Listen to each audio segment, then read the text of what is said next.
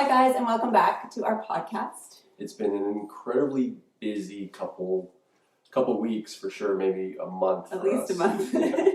And this is what we look like when we are in mid-production. I think she looks great. I'm a little frazzled, I guess, but that's just... He's never frazzled, it's all good. So we're standing here on location for the new project that we're working on, and it is not Rocktapussy. As we mentioned before, sometimes when you're working towards a project, other opportunities pop up, and this is kind of what happened to us. Yeah, so we'll probably be shooting, is it 2 projects in between? Yeah, 2 projects back to back. Back to back, and this one starts actually tomorrow, so you'll probably see another podcast in a couple weeks. Yeah, and so basically what we're doing today is we're in pre-production. So for the past week or so, we've been setting things up, getting lights and crew and people and actors, and it's been super exciting. Yeah, super exciting. Or completely, again, we work in independent world, right? So it's a lower budgeted movie, and everyone kind of has to really pitch in to get everything going. So it has been a whirlwind, but we're really excited to get started. And as always, there's always the butterflies right before you start to get shooting. I have them right now. Do you have them? I'm totally fine, to be completely honest. Maybe you don't get butterflies. I still get butterflies. I'll have butterflies tomorrow. I'm actually really good when nobody's here. It's when people show up, then I start to get nervous because I want everybody to be happy. I want things to go well. I want the wardrobe to look great. That's when I get the butterflies. Right. So just so you guys understand, she gets butterflies because she wants people to be happy. That is an impossible desire. No, it's perfect. Anyway, so other than that, the other things that we've been doing, we just released Night Cries on iTunes, guys, and Country Crush on iTunes, and in Walmart in the USA and in Walmart in Canada as well. But it's only available right now in Canada on iTunes, not in the States yet. Right. So if you guys have not picked up your copy, please pick up your coffee, your coffee and your coffee. Country Crush is a great movie. It's a country musical. It's a lot of fun. And Night Cries is an amazing ride. It's a thriller, and you should definitely watch it. While they both seem very different, I might have said this before, for me as a writer and a director, they both deal with this idea of cycles in life. So there is a similarity, and both have very strong romantic elements in it. So I hope you guys check it out. Let us know what you think. We love to hear your opinions. And I really hope you enjoy the movies. And as an independent producer, the best thing that you guys can do is also, if you watch it, rate it on IMDb and on iTunes. Let us know what you think, because that's the best way for us to know how we're doing. Yeah, and when you rate it, I'm not expecting you all to give me a 10. I don't. Just be honest, right? I love to hear what you guys think of the movie. I know it's not a 10. I also know it's not a 1. So give me your honest, interpretation of the film, because especially with Night Cries, this is meant to make you think and question things. Country Crush, I hope you just enjoyed the ride. Our actors in that movie are just fantastic. So I just think that it's a great family movie and that you guys will enjoy it.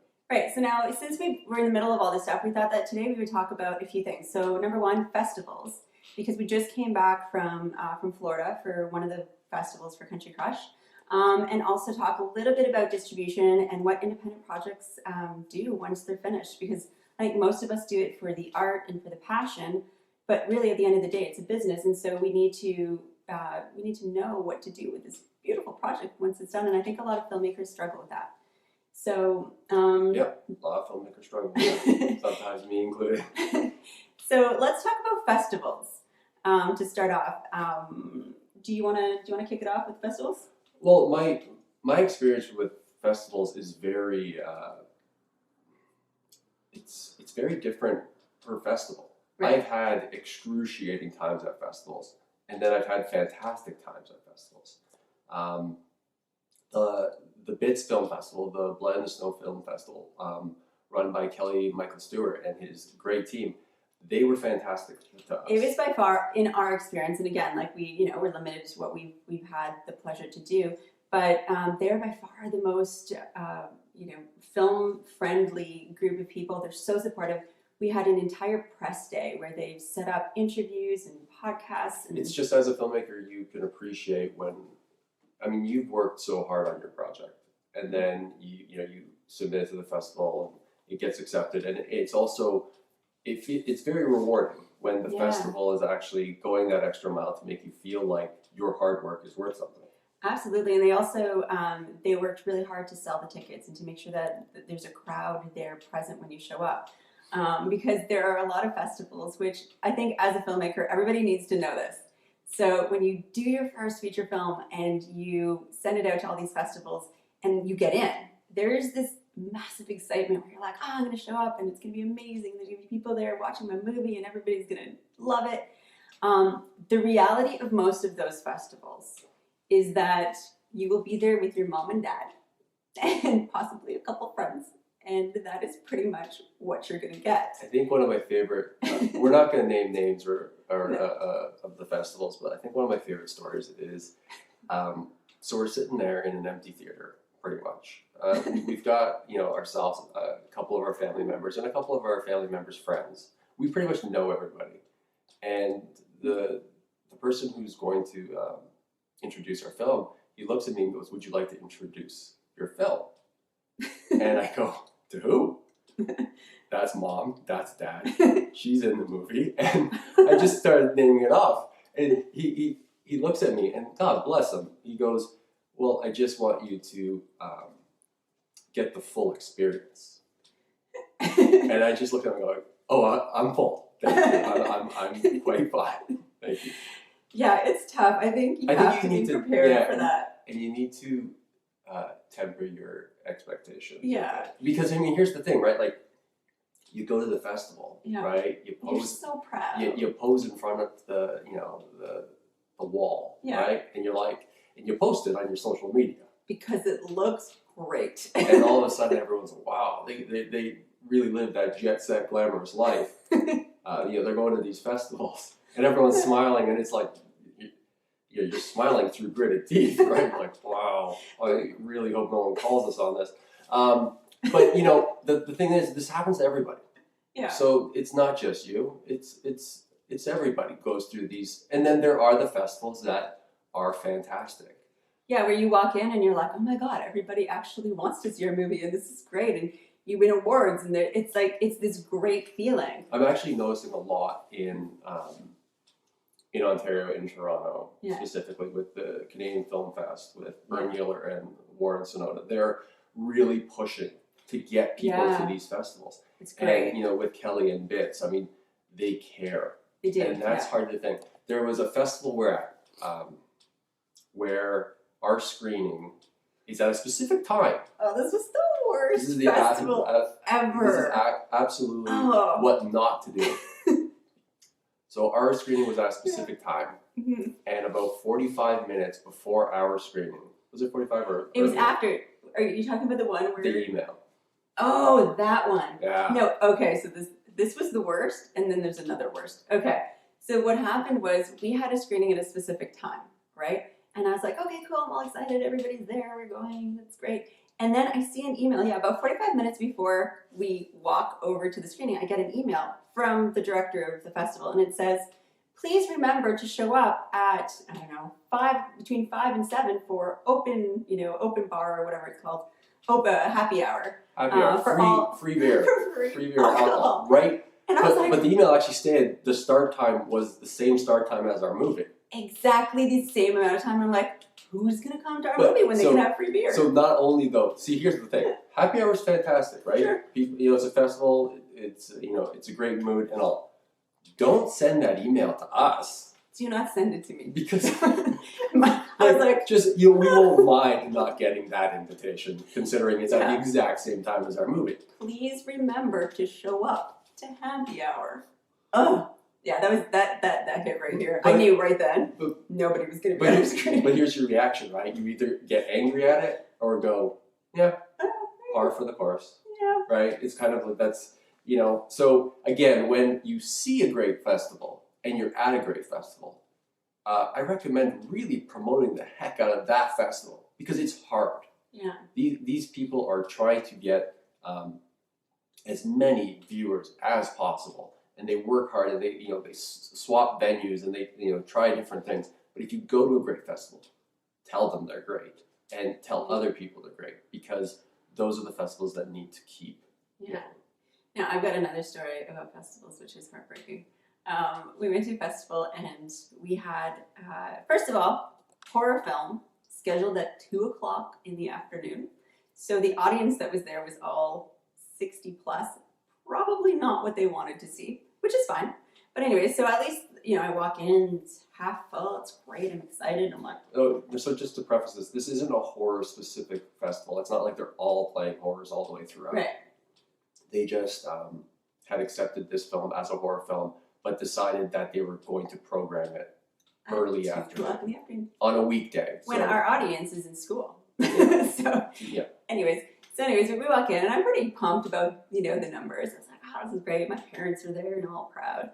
And then Parents are great. Parents are everywhere. It's Parents fantastic. are amazing. Yeah. Hug your family because, God, they're the ones that show up. But anyways, so then halfway through, no, it was probably 30 minutes in. Things are going good and people are watching it. And then all of a sudden I see people start to get up and leave. But it's like in a group. It's like they all decided. Just everyone half an hour in stands up and just goes. And I'm like, oh my God, it wasn't even a bad part. Like, it's still in the story development and I couldn't figure out what happened. And that's embarrassing, right? Because all of these people are walking up. And then I turn, I'm like, I talked to someone, I'm like, what's going on? Like, why is everybody leaving? And they're like, oh, well, we programmed like another movie with... It was Christopher Plummer's movie. Yes. And it was to start 25 minutes into our movie. Yeah. And hey, look, I love Christopher Plummer. Star Trek Undiscovered Country is one of his best roles. But, when you program it and you know your audience, all those people are going to just say, well, we're early for this movie. Let's sit in this movie for 20 minutes and then just get up and go to the other movie. We cannot because filmmakers don't have feelings.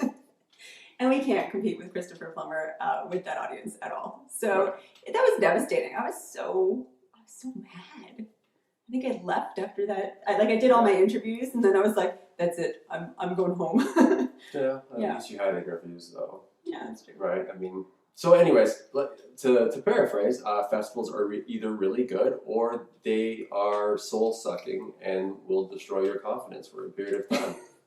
Don't take it personally. Don't take it personally. Everyone goes through it. Yeah. So next up, I guess we can talk briefly about distribution. Sure. Yeah. Okay. So a lot of people go the festival route, and I think you go the festival route so that you can get distribution. And as we've mentioned, some are great for that, and some are not. But if you prefer to skip the crapshoot that is a festival, you can go straight to distribution. And on our level of films, I think it's a lot of hit and miss, and it's a lot of trying to do some research to know who to go to with distribution, because we've had some great experiences and we've had, again, some terrible experiences. And I think maybe we should put out a warning of what to look for and what to expect. I think when it comes to distribution, once you finish your film and people know that it's out there, what happens a lot of the times is as soon as a market comes around, you will get a whole bunch of distributors sending you emails going, hey, we want to represent your film and please send us a screener. And you kind of get excited and you send it over. And then there's a pressure tactic to sign immediately because they're going to Cannes or MIP-TV or AFM or wherever they're going. And they make you a lot of the time sign away every single right to every single territory and every single media around the world for nothing. Your excitement is also your disaster. Yeah, we've seen this more often than not because some of them are great. Some of them will do that and actually deliver. But a huge number of times in our experience, we've done like 10 films, 11 films, I don't know, and a couple TV shows. And I would say a portion of those have ended up either in legal dispute or we've just been devastated and have lost the rights to the project. And somebody out there is making money, but it's not you. So you do have to do your due diligence and don't sign with anybody unless you've talked to some of the people they've worked with. Call other filmmakers. Don't be afraid to pick up the phone and say, hey, who distributes this project? What was your experience? Did you make any money off of it? What clauses should I put in my contract to protect that? Mm-hmm. Yeah. The expenses clause is always something that we try to put into our contracts. limit distributor expenses, because really, I mean, that can just keep going. Yeah. But it's tough. In terms of the positiveness with distributors is actually finding out what their rollout plan is for the project, right? Yeah, because on the flip side, we've had, first of all, I'm going to say the two pitfalls to look forward to in contracts. Number one, like Andrew said, expenses, cap them at like 10% or a number that seems fair. And then in terms of performance clause, make sure that there's a timeline for them to show some sales. If within 24 months they have not sold a thing, you haven't seen a penny, you should get the rights back to that film. That is an absolute, do not sign something without that. And on the flip side, some distributors are amazing. Like for Country Crush, we have the best team ever.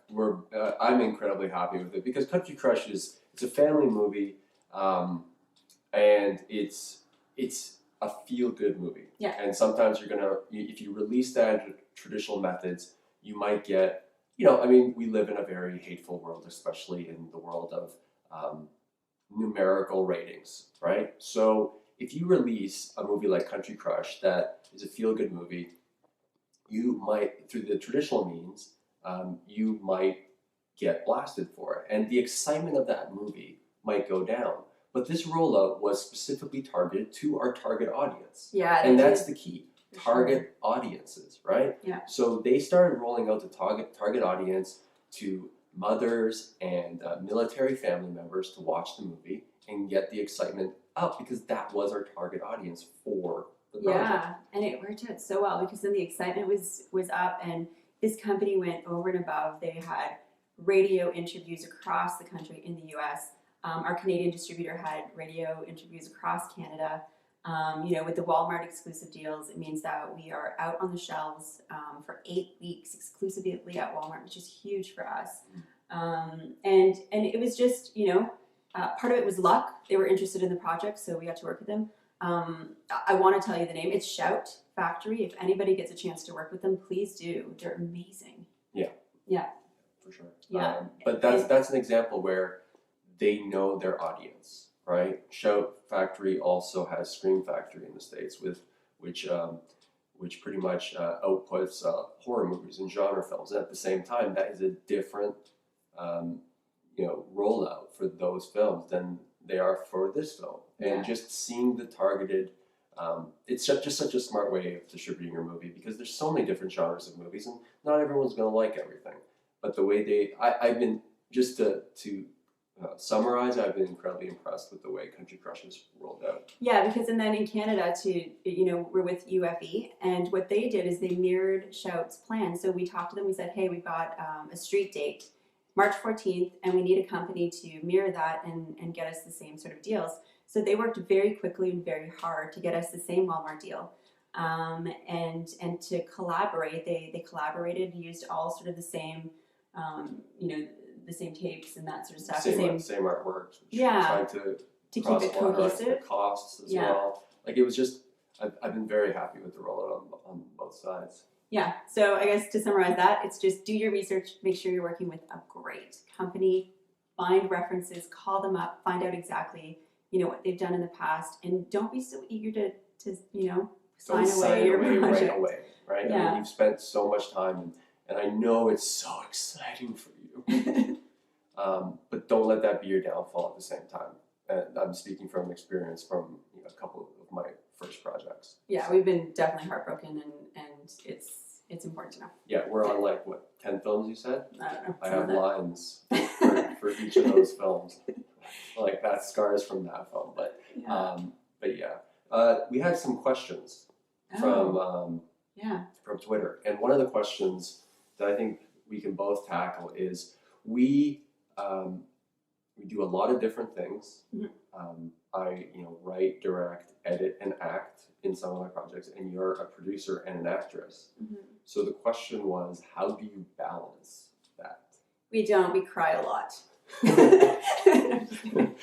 Well, you can't just say, oh, we cry a lot. I mean, don't add me to that. I'm a manly, tough guy. I don't cry very I cry a lot. often. No, I'm just kidding. No, I sob.